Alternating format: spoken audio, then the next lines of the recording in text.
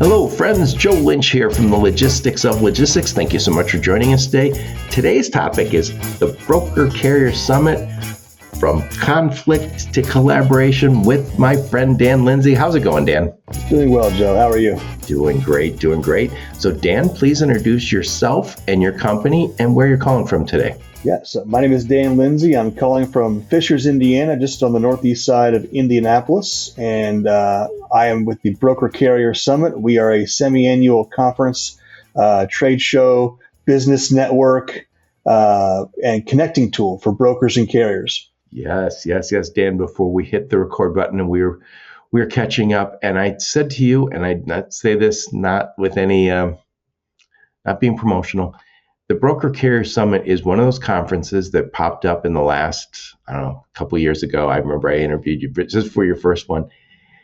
And it feels so ground roots. Everybody seems to feel like they own it. I mean, I was just at Manifest. You were there. I didn't see you, unfortunately. When you talk about people going to Broker Carrier Summit, they act like they have ownership in this conference. It is very much a groundswell. I feel like it just grew out of the cornfields of Indiana. Yeah, well, it speaks to one of the things that we've known for a long time in this industry is that everybody has a voice and everybody wants their voice to be heard. And I think one of the things that people understand about the Broker Carrier Summit is whether you're a carrier or a fleet of 1,000 trucks or an owner operator or a dispatcher or a broker or an agent, whatever role you play in the industry, we go out of our way to make sure you understand that your voice matters, your voice is needed. And as long as everyone is 100% brutally honest with themselves, everyone will move forward if the right conversations are had. And so I think that's one of the reasons why people like it so much. And to the point where half of our attendees come back over and over again. So we're gearing up for our Indianapolis Summit, and half the people who are signed up are previous attendees already. Yeah. So let's talk about the history of this. So you had the first Broker Carrier Summit in Indiana. Yes. Yeah. And it was kind of a trial run. So talk about all the BCSs we've had so far. Yeah. So the history of the BCS is a wild one. I had the idea. I was talking with this story is in BCS lore and legend now. It's my conversation with Robert Bain and Matt Annis at TIA. The strongest man in logistics. I just talked to him. Yeah. So we talked to TIA. I think it was in 22.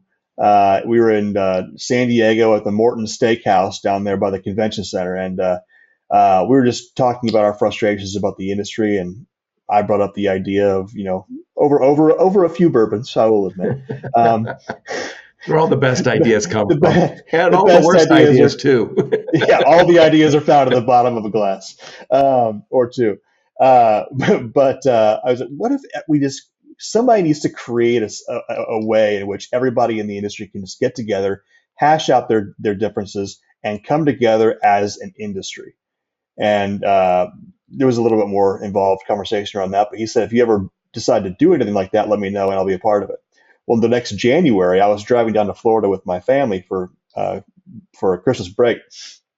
And I wrote down some notes. I had my wife pull my phone up and write down some notes about a carrier broker symposium where we would just clear the air about things. Things like double brokering and fraud and lack of transparency and trust and all those things. And so the first one was held. Largely, we didn't know what was going to come of it. I thought it was going to be a one-time thing because we didn't know if it was going to gain traction or not. We had 35 people come in from around the country, and another 35 joined online. So 70 people to hear from somebody they didn't know, talk about things that were unpopular, and at a time when arguably broker carrier relations in March of 2023 were, I would say, at an all-time low. And so people came as far as Los Angeles, Maine, South Carolina to participate in something that they thought would be positive in the industry. And so that was in April of 2023. Fast forward to October, we decided to do it again. They had one request: let's do it somewhere sunny next time. Talked to you just before the Tampa one and after the Indiana one. And I remember you were also making a family vacation out of the trip to Florida. Yeah, I was going to join my family down in Rosemary Beach or in Destin the weekend afterwards. Yeah, but we found out that that was not the most convenient place for trucks to go, and so one of the things that it's really cool about the BCS is that every time we hold an event or every time we do anything, we are learning as an organization. I'm learning as a business leader. I'm not an event manager. I'm not an event planner. I'm a freight broker. I was a freight broker. I started at TQL in 2013. I was there for 6.5 years. I went to go work for a supply chain consulting firm doing business development for partial spend management tools. In 2019, 2020, I started my own freight brokerage, scaled that up to about $10 million in top line revenue after 3 years. I've spent almost my entire professional career in the freight broker side. But so event planning is new. But every time we put on an event, we're learning. And one of the ways we learn is we ask for feedback directly from our attendees. And this is the revolutionary part. We actually read the feedback. And when we read the feedback, we actually do the things that the attendees ask that we do.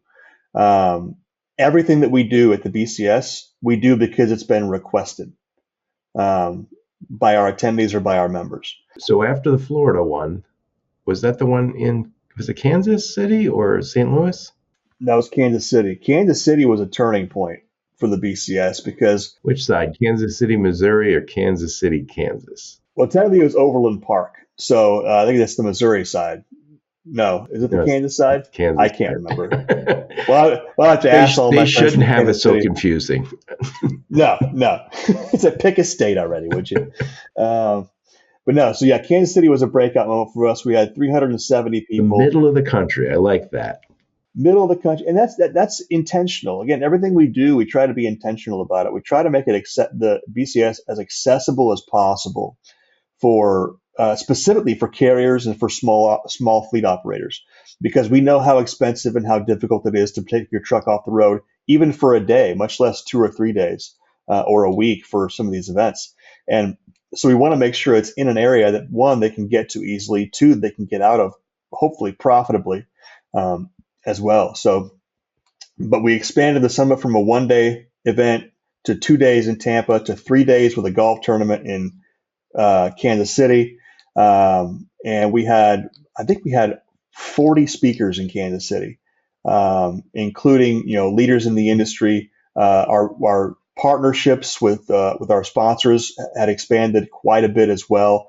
That carried over into our most recent event in Fort Worth last October, where we had 500 people at the BCS in Fort Worth. And it just keeps growing, and the numbers themselves are not I don't think the most indicative factor of our growth. I think the most important factor of our growth is the quality of relationships and connections that come out of it. Dan, that's so true. Before we hit the record button, I was saying everybody's talking about BCS, and I said, this is fantastic what you've built, because I've been a little bit of a spectator, been on the podcast, talk about it. And I remember I said something about, how do you grow this, scale this without losing your soul? And it's I know that you said that's something that you're very concerned in. The people involved are very concerned. Like, we want to grow it, but we don't want to have it become something that we didn't intend. Yeah. You have to know, and this goes back to one of our core principles. One of these days we'll have to write all these core principles down. But one of our core principles is you have to know yourself, and not only know yourself, you have to be brutally honest with yourself. The BCS as an event and as a business network serves a purpose. Let's compare it for a second to an event that we both just went to, Manifest. That is a much different event. That's the Super Bowl of supply chain and logistics. Super Bowl supply chain. There's 7,000 people. It's techie. There's a vibe there. There's there's what was it, Flow Rida plays at the end, played us out at the end. It's great. It has it has a purpose in the industry, and it serves that purpose extraordinarily well. Likewise, the BCS has a specific purpose in the industry, and we have to make sure that we stay true to what that purpose is.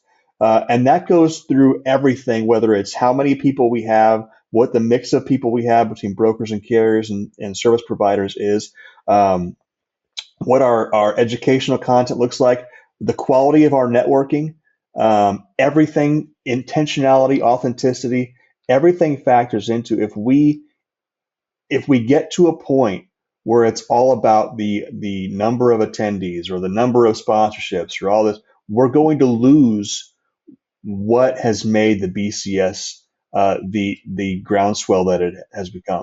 It's special, and I likened it. One of my long blathering stories was I heard this. I've never been a big Genesis fan, but I remember I saw Phil Collins one time talking about this. He said for a long time we were unsigned and we're playing, and everyone says you guys are this, you're great. He had this huge following. He says, and then we got signed. We made some albums, and then all these people were like, yeah, those guys are sellouts.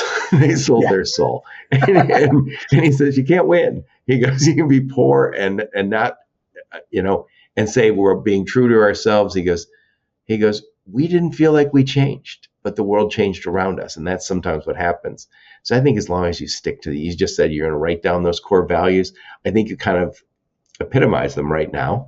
But as you guys grow, they'll end up being the foundation. Yeah, I made the comment in a joking way, but not really, to the board and the team, and I made this from the stage at the summit. It's like one of my jobs as the founder, visionary, whatever you want to call it, of the BCS is to make sure that we don't grow too fast or we don't overshoot our skis. Again, everything we do is designed to add value. So if we start adding things to the summit or to the freight network or to the media, what we're going to be adding throughout the rest of the year, and those things are not adding value, we want people to tell us so we stop doing those things. We're not going to just do things just to do things. Dan, this event's coming up quick. So when is it and where is it? So it's going to be April 28th to May 2nd in Indianapolis, Indiana. It's going to be downtown at the Union Station. So say that one more time. April what? Yeah, April 28th to May 2nd. Okay. And that's what day is April 28th? That's a Monday. Monday? And it goes through Friday. We're calling it, this is Trey Gregg's idea, we're calling it Summit Week. And for the carriers out there who might be listening, you don't have to stay the entire week because, again, we know how expensive it is to take your truck off the road, even for a single day. So we do have day passes available. We do have some scholarships available remaining for carriers and owner operators to come on a single day or on 2 days. So don't let the idea of it being lasting an entire week be a deterrent for you. So you get there Monday morning and leave Friday afternoon? Mm-hmm. Yep. Very nice. And now where is this located at? So historic Union Station, downtown Indianapolis. The hotel is the Crown Plaza. And it is basically, it's a converted train station from the 19th century. And we're going to be in the Grand Ballroom, which was the main terminal for the trains. And how far away is this from Chicagoland? 3.5 hours. I think it's like 5 hours from where I live in the Detroit metro area. I think for people who are not familiar, Indianapolis is a tech center, and I think everybody who's listening who might be, Boston, Austin, or Silicon Valley goes, oh no, that's not it. But it is very much a tech place, and I think sometimes the flyover states, and I live in one of them, get overlooked when it comes to what's going on in those cities. It's a vibrant city, and there's a ton of freight there and a ton of logistics companies. Yeah, a ton of logistics companies, ton of freight, tons of brokerages popping up. I mean, Indianapolis is where I live, so I started my brokerage there. I'm friendly with almost all of the brokers in and around the Indianapolis metropolitan area. And so I can vouch for many of them as well. So there's a lot of good companies, a lot of good people again, this industry is full of people that are just salt of the earth, high quality, high speed, low drag kind of people. You know, they move fast, they do honest work, and they don't really take any crap. And so those kind of people are the kind of the target of who we want to attend the BCS. Yep. So I want to talk about this, the name of the topic today is the Broker Carrier Summit, from conflict to collaboration, with my friend Dan Lindsey. When we were prepping for this, and we talked a few weeks ago. We talked before Manifest, I believe, and we talked about kind of what you guys are all about, and it was really trying to break down this conflict that is somewhat inherent in the broker carrier relationship. And over the last decade, we've seen a tremendous amount of success in this business. A larger percentage of freight is now brokered than previous. It used to be somewhere less than 20%. I think it shot up to 25% during COVID, and now it might be down to 20 again, 21. I think Kevin Hill said it was probably traditionally 15%. And so the industry's seen success. Now, granted, 3,000 at the top, the 25,000 are really successful. But there's a lot of good businesses in the last 22,000. But here's the thing that we've seen: tons of tech. Everyone's got a transportation management system. Everybody's got some of the killer apps that are the visibility apps or the pricing apps. We're automating a lot more. We're streamlining with technology. All good things, but there are fewer phone calls between the broker and the carrier because we've automated that, which is not a bad thing in and itself. But what's happened is we've lost that relationship, and we do know there is conflict in this relationship. It's almost built in, and I'll describe it, and then we'll get into some of the challenges. But if I'm a broker and I get a load for $2,500, I'm excited, and I say, "Oh, cool! I think I can make some money on this." I end up paying some carrier $2,200, and it's kind of a little less than I thought I was going to make. And then the carrier is looking and going, "This isn't enough. God darn it! I took the load. It's not enough. I'm not making enough money with my truck." The broker feels like he didn't make enough money, but at least he knows what the top line was. The carrier has the sense that, oh, that broker's making a lot of money. And there's this sense that nobody's making money, but the carriers sometimes believe the broker's making a lot of money. And, maybe in the past they did. I don't know. So there's always going to be instances where somebody made $1,000 and they go ring a bell somewhere in the building. I don't think that's very common in these days, though. Not as common anymore, that's for sure. Yeah. So there's this lack of trust. So talk about that lack of trust in this relationship and how tech has made it more difficult. By the way, not just tech, but also fraud. Talk about that. Yeah. And the fraud is a big piece. But let's kind of go back all the way to when I was a wee lad, the 1980s, when deregulation hit the trucking industry. The relationship between freight brokers, this is one of the misconceptions about freight brokers. People in the trucking world think that freight brokers are a result of deregulation. There were freight brokers before deregulation. The relationship looked different than it does now, but there were freight brokerages in existence before deregulation.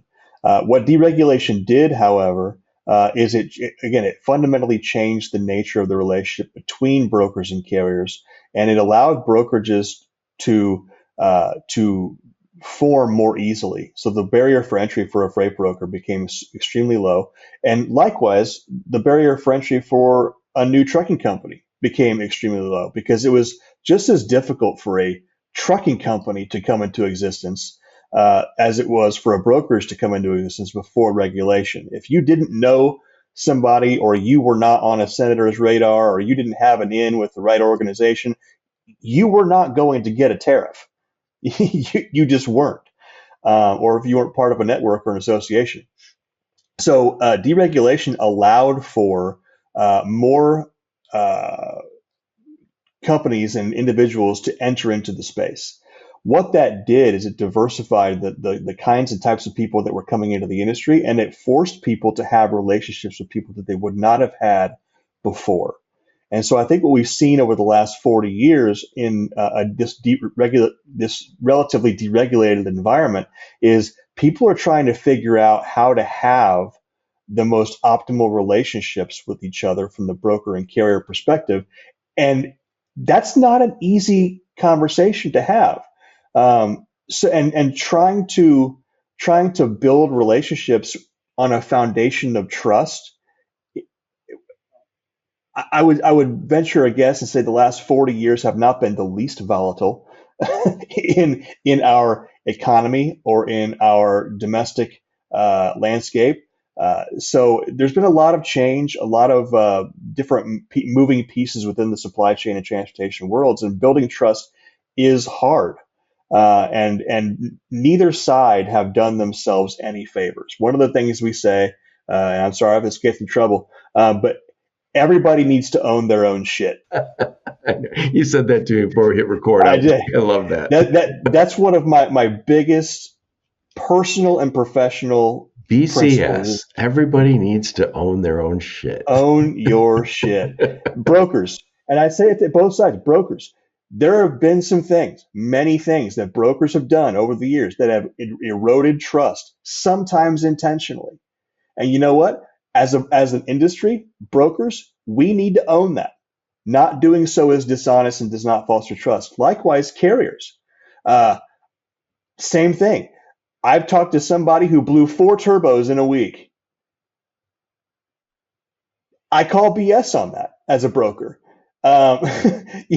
So everybody needs to own their own stuff. And once we are brutally honest with ourselves, that gives us the right to be brutally honest with each other. Yeah, we say this is a relationship business, meaning I'm going to win. They have a relationship with the shipper, a relationship with the trucking company, but the technology has kind of disconnected us a lot. And by the way, it allows us to do a lot more loads per day, which is great.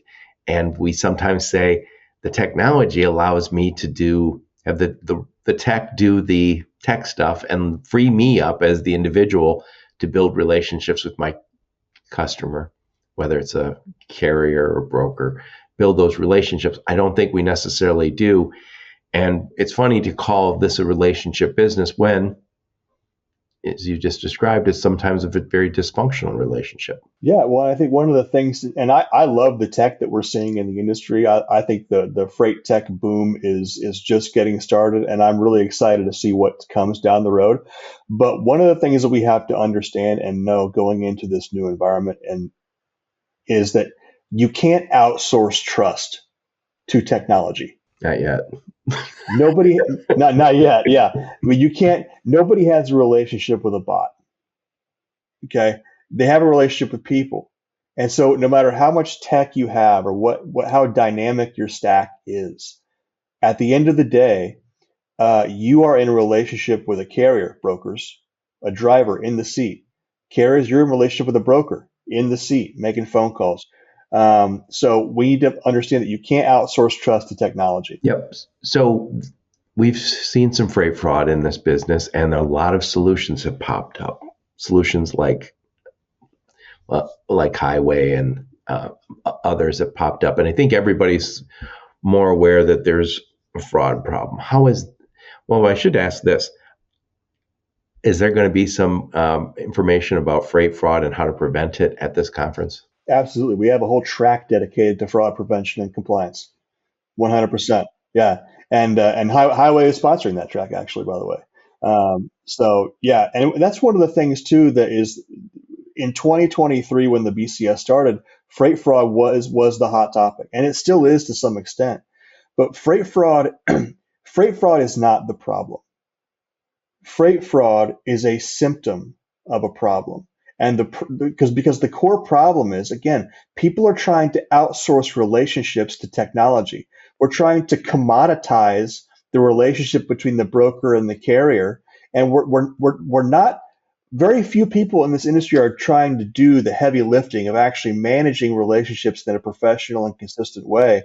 And when you take that personal connection out and outsource all those conversations to a bot or to technology or to a platform, it's no wonder that people are going to find loopholes in that. Right. Dan, it's interesting you should say that. So maybe a year or so ago, I interviewed Ann Reinke from TIA. Now she's at IANA. And I'm going to interview her from there too. But I remember before we hit record, she said, Joe, what would you do about freight fraud? How to prevent it? And I said, you never get defrauded by someone you've been talking to on the phone for 10 years. I said, it's you get defrauded by somebody who says, hey, I can't talk to you on the phone. We'll just communicate by text, and I don't have a website yet, but I'm $20 cheaper. So what are you going to do, right? Well, and again, that's one of the built-in benefits to the Broker Carrier Summit is the double brokers, the scammers, the freight thieves. They are not going to come for a number of reasons. One, Robert Bain is there, and he'll probably mess people up. Two is that we will. Robert is the compliance officer. He's the freight bouncer. Two is we will find them out before they're able to attend. We have relationships with all of the fraud prevention tools, all of the brokers in the industry and the carriers in the industry that are trying to actively prevent this. We have relationships with those people and those companies. If you are a scammer, if you are a fraudster, you will be not so respectively turned away at the door. So they're not going to be there. They're not the type who would spend time on a relationship conference. And again, this is very much a relationship conference, the Broker Carrier Summit. And again, it is to take that conflict and turn it into collaboration. And I think the second point I wanted to talk to you about is this othering. And I was talking to you about this before we hit the record button, is we do it all the time. So right now we have a new president, and people who voted for him, oh my God, I love what he's doing. I love what the administration's blah, blah, blah, whatever their position is. And then the people who don't like him, and the end of the world, whatever they're saying. And we tend to just want to put them all in big categories as the others.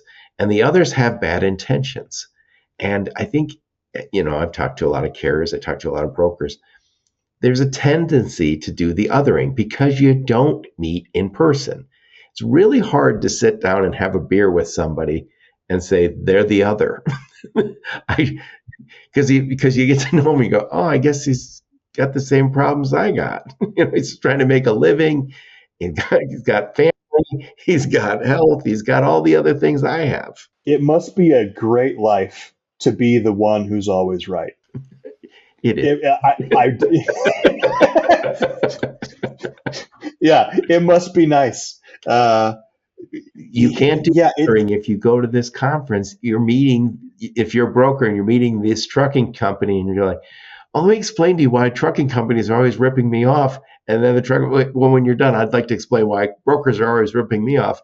We've had that. We had that in the room in Tampa and in Kansas City. And we just sit back and we let the conversation happen. And guess what? At the end of that session, these two guys, or these five people, whoever, they go off, they have a beer together, they sit down, they start talking. We had people do deals on the heels of that kind of a conversation. Are there group hugs there? Because I'm not going if there's gonna be a lot of hugging. I mean, I have not met a lot of huggers. I myself am not. I'll make you this promise, Joe. I will not hug you. How about that? Will that? It's a deal. Is that good? So, awesome. So another thing, we're using a lot of technology, and and I think this is very positive development. We have better numbers than ever before, whether they're the financial numbers or the performance numbers.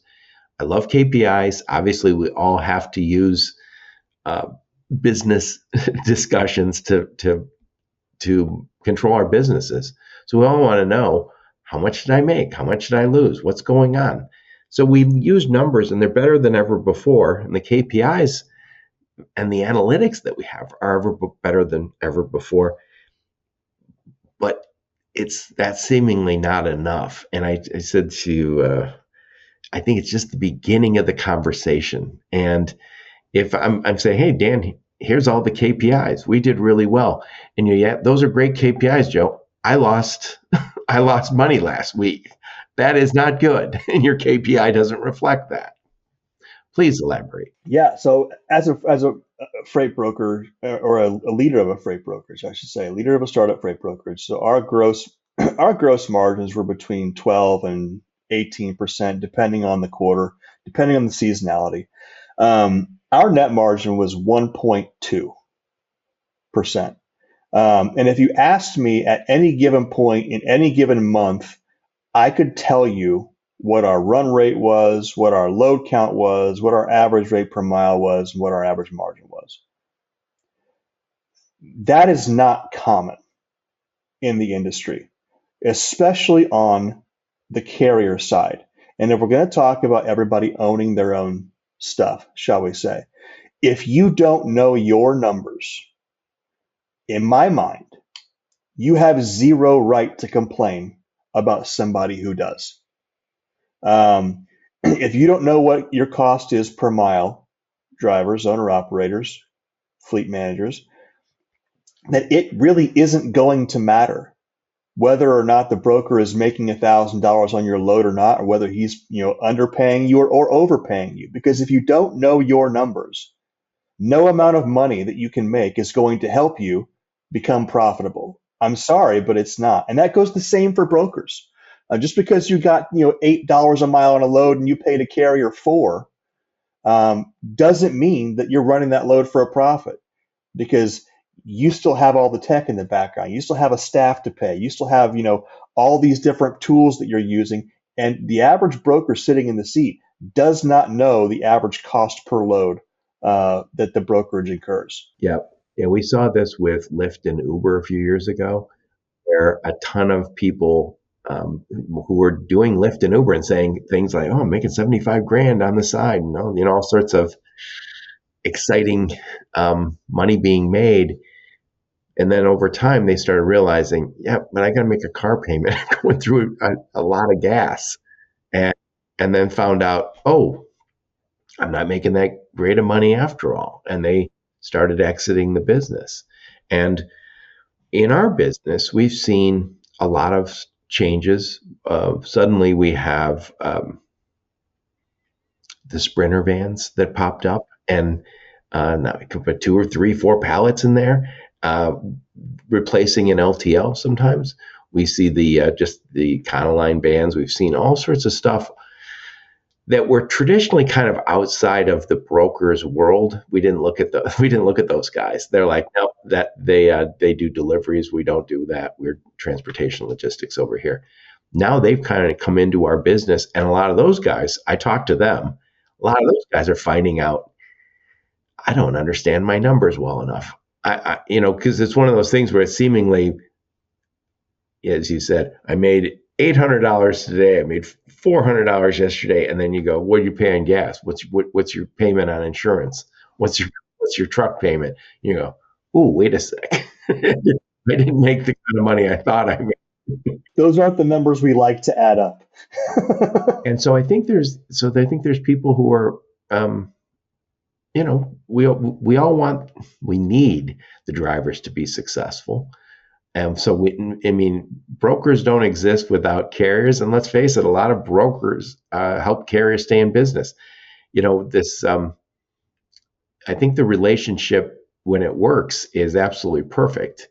It's just when it's not working is when you need to build those relationships. And again, broker carrier is somebody's place to do that. So yeah, getting the numbers right, I think, is important. And I think, as I said, Dan, I think also discussing what's around those numbers, because sometimes, you look at a spreadsheet and say, yeah, the business is the spreadsheet, but it's also all of the stuff right outside the spreadsheet. What caused all these numbers?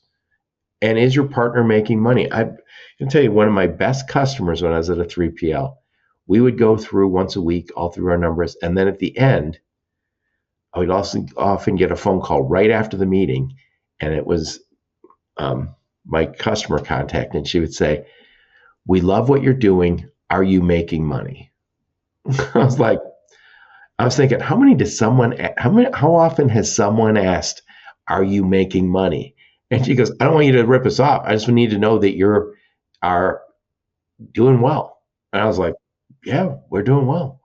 I mean, by the way, that is someone who you will always take their phone call. There's other people who you will go, oh, that's that guy. Hardly make any money on him. Why am I even working with him? You're hoping this is one of the interactions where I actually make it work.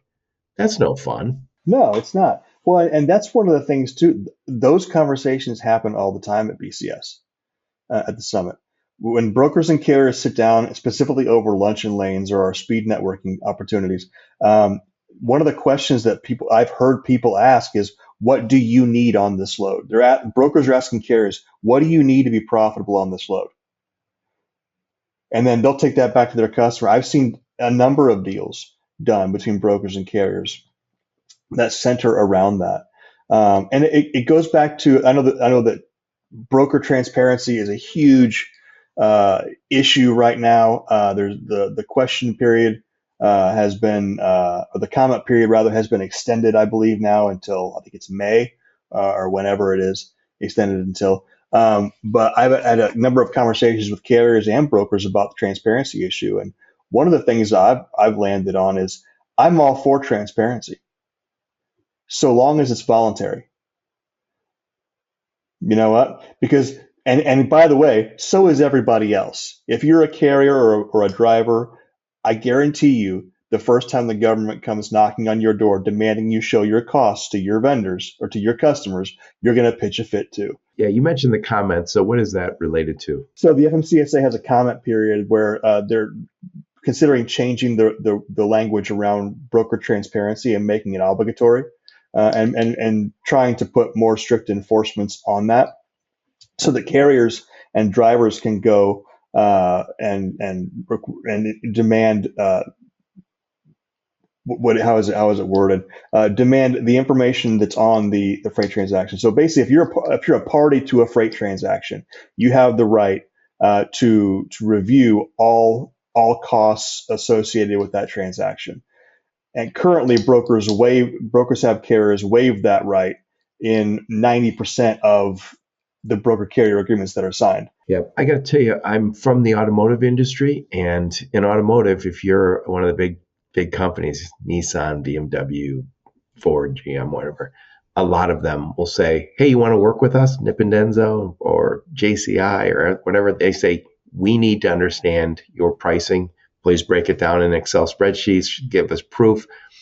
And there's always some game playing. So if there's not trust in that relationship, and I don't think that you want me to make any money, then I'm going to cheat. So when the government thinks they can mandate something like that, they can't. They can't. There's just no way.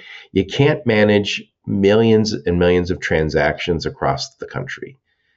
If I don't trust you and you don't trust me, then the transparency means nothing. Yeah, and that's why we're focusing in hard on relationships, because if you are in a relationship and you want that relationship to be mutually beneficial, that desire demands the kind of transparency that will result in both parties being benefited and profitable. And so if you want that kind of relationship, one of the proofs is how open and transparent you are with your partners. Dan, I told you the story, and I won't go into it in detail here, but I told you the story. I had a customer, and they just happened to be in the Detroit metro area, who was constantly saying to me that you're ripping us off. And I said, okay, let me come over. We had like 20 loads, and I kind of went through them, showed him what our cost was, what we charged him. And before we started, he goes, so you're going to show me what you paid for all of these? And I said, can you handle it? And he goes, what do you mean by that? I was like, can you handle that we're a for-profit business? Because if you're going to look at and go, oh, you made $100 here, you're like, yeah, we're making a living. We're living indoors and eating every day. I think that's the transparency. So if I say, Dan, here, I made $300 on this, you're like, well, I didn't make any money on that. You're like, okay, well, let's go through and let's see what we got. If you're a trusted partner, I want you to make money and you want me to make money. I can't afford for you as the carrier to go out of business if I like working with you. And by the way, you can't afford for me to go out of business or say, hey, Dan, I can't work with you anymore. I got to find a less quality carrier who can do it for cheaper. That doesn't work. No, when I go back to my brokerage years, when I was, slinging freight 50, 60 loads a day sometimes, it's like I had a carrier, 75% of my loads were ran by two carriers, and I overpaid those carriers for that specific reason. I loved working with those carriers. I did not mind paying them more because one, they didn't have to go out and find freight. They had predictability in their business, in their business, and I had reliable partners. And so I wanted them to do as well as they could do. Now, what they did with the money and whether they remained profitable with the money, that's on them. But so far as my part as their broker, I I did right by them, and I think a lot of people want to do right by their partners. It's just finding the who's willing to take the first step.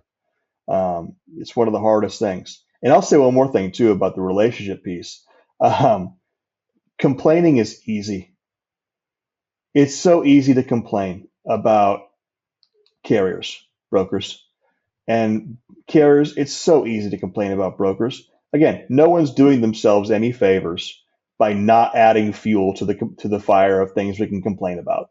Um, but we have to move beyond complaining. Yeah, yeah, and that's what the broker carrier. So it's all about. Again, it's from conflict to collaboration. Is these are relationships that hopefully get built that are going to make you money and have you be able to provide better service if you're a broker or a carrier. And by the way, I say the same thing related to shippers. I don't like transactional shippers. Um, I know it's an important part of the business, but I always used to say when people would say to me when I sold that service, "Oh yeah, I'll send you a spreadsheet and you just put the numbers in." I was like, "No, I don't do business that way. You give me your bills, I'll look them over. If I think I can save you money and improve your service, we'll talk. But I'm not going to play the game where you send me something every morning and I try and be the cheapest. Just I hate that kind of business.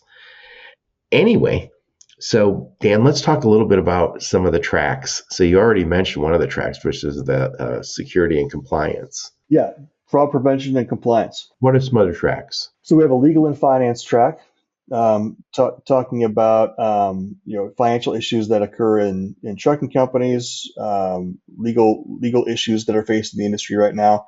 I don't know if we're going to be able to get the FMCSA to be physically present in the room at Indianapolis, but they were physically in the presence in the room in Fort Worth. But we'll try and get them remotely at the very least. So we have a legal and finance track. We have a sales and operations track talking about everything from hiring to load optimization and management. We have a technology track that focuses on how to maximize and optimize your technology, whether you're a broker or a carrier, how to view technology as a broker or a carrier. We are an industry with technology aversion. We're very slow to adopt new tech. And then we get enamored with it when we get it. Yeah, then it's indispensable. Like overnight, it's like we can't live without this new widget thing that we have. So those are our four tracks. Also, what we have learning labs, and these learning labs are specifically designed to make you money. Carriers, brokers, either or, both, does not matter. We have a learning lab focusing on how to win dedicated freight. Carriers, if you are not a fan of working for brokers, ironically enough, come to the Broker Carrier Summit and learn how to win dedicated freight yourself.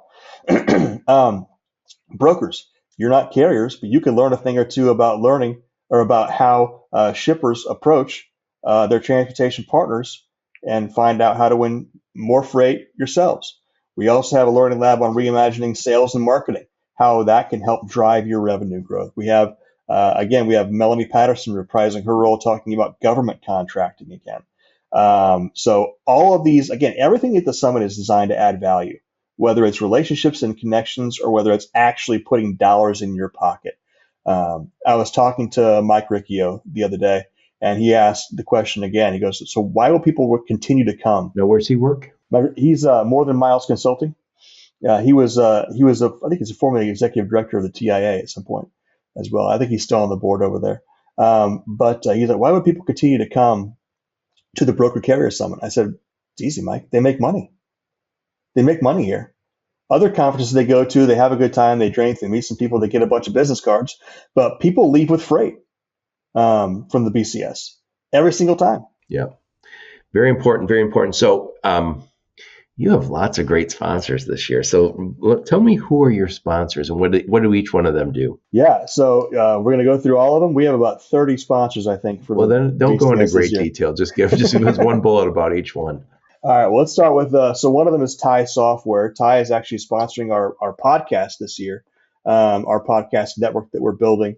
And Ty is a TMS provider specifically designed to help brokers optimize and streamline. I've interviewed Mitch on here. Yeah, so they offer a great service, and they're leading the way in a lot of different ways when it comes to integrating artificial intelligence and system optimizations into the freight management solutions. So they're a sponsor of ours. Descartes and their many brands, they're a sponsor of ours as well. This year, they're sponsoring one of the tracks. They're also doing our signage. I mentioned Highway sponsoring our fraud prevention track. We have Cargado, Convoy, DITAT, another TMS, good friends with Eric over there at DITAT.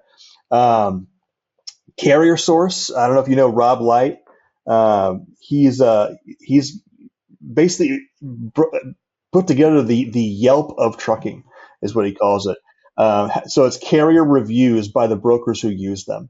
What they're doing is phenomenal. If you haven't talked to Rob over there yet, you really should. They're doing great things. We also have some local sponsors from Indianapolis. FST Logistics, just down the road from me. So they're sponsoring as well. We have Truck Parking Club. Truck Stop is, yeah. So Truck Stop is also a partner of ours. Banyan, Revanova, Trip Excess or Trip Insurance, first time sponsor there. And again, TAPS is reprising their role again as well. They're sponsoring our finance track.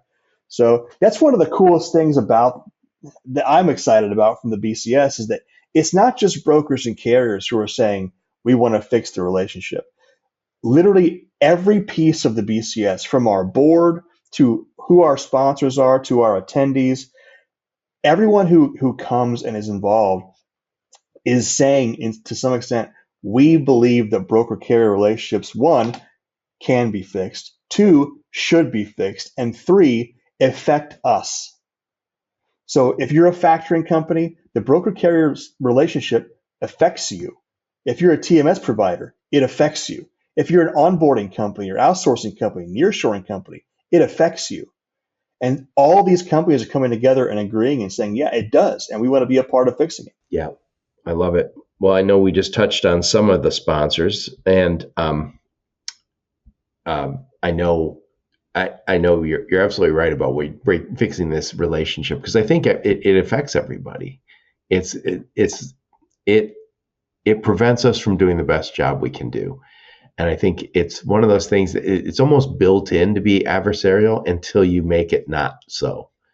There's a tendency to say, you lose, I win, or you win and I lose. We need to get these to be win, win, win. The customer needs to win. The shipper needs to win too. And that's the kind of relationships we need to build. And those don't happen because I got a new API connected me to another transportation management system. Those are all necessary, but we got to free up time to build those relationships. And I think relationships also. I see you once a year at a conference, Dan, but I do talk to you on the phone. But once you've talked to somebody in person, those phone calls and those text messages mean a lot more than the guy you've never met. They do. And those kind of relationships, Joe, don't happen on accident. Yeah, that's a great way to say it. These don't happen accidentally. Yeah, you like saying a great marriage doesn't happen accidentally. You're working on it. Exactly. Yeah. You have to work on it every day. and which is important because every day you have to recommit yourself to working on it, and doing the work that is necessary to fix those relationships.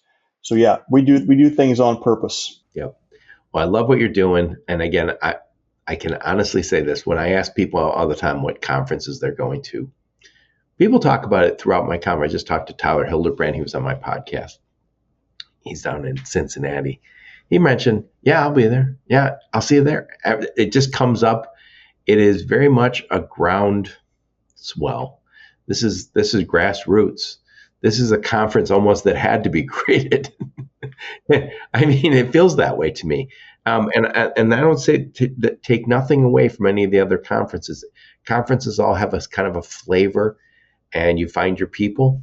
This is something that's really struck a chord with the transportation space.